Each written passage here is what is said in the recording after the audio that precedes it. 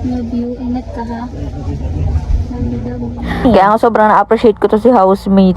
Kasi minsan nakikita ko din pagod yan. Hindi niya lang sinasabi. Ganyan naman yan sila mga lalaki, diba? Kaya pag galing trabaho yung mga partners nyo, pag yan dagdagan yung pagod, huwag nyo ng talakan. Kasi kasuhin nyo na lang ganon. Kahit kailangan din natin silang intindihin. Lagi na nga tayong tama diba? Oy. Kakauwi lang ni Mama, galing Batangas. Nakasalubong daw siya. Tignan nyo, akala na naman niya may kausap ako iba. Grabe, ang dikit, naglalaro lang siya kanina. Hinawakan ko lang yung cellphone, pumunta na naman sa akin. Oy. Hinawanto mo sarili mo. Oy. Nagbabaan sa ulo mo. Kiss mo na. Love you.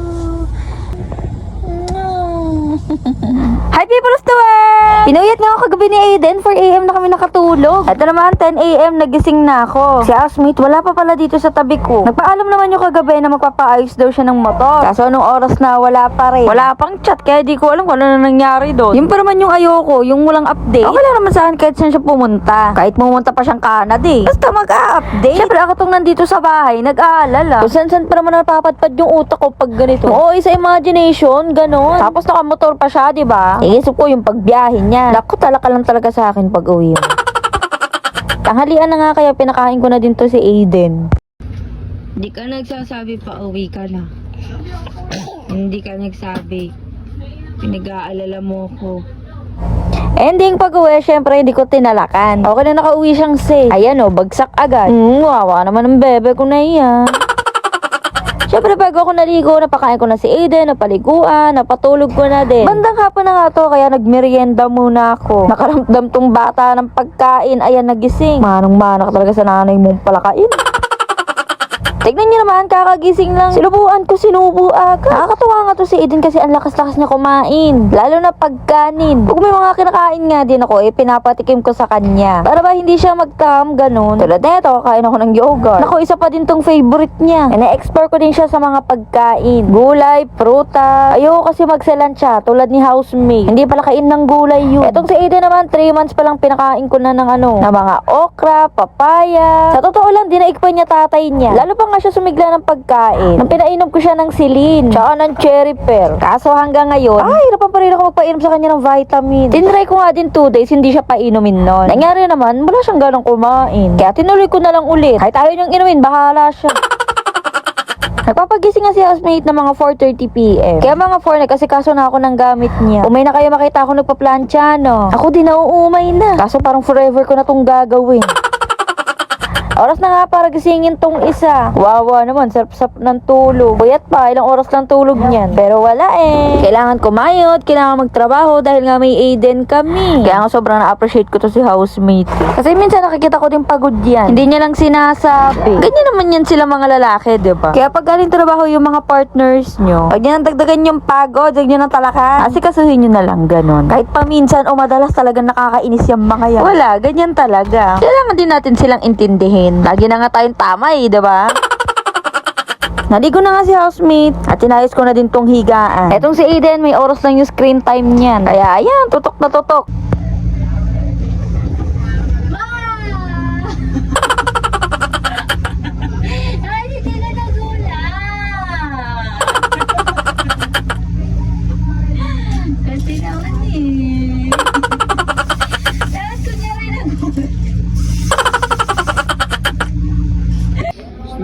Kiss daddy pa. Uy, sus.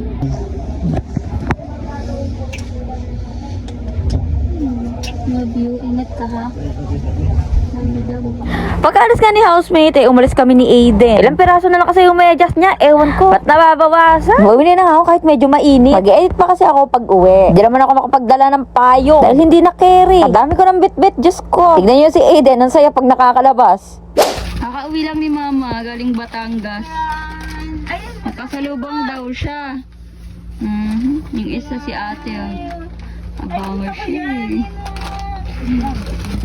Bayan, puro violet? Puro violet talaga yan, ma? Ano na yun, ma? Tara!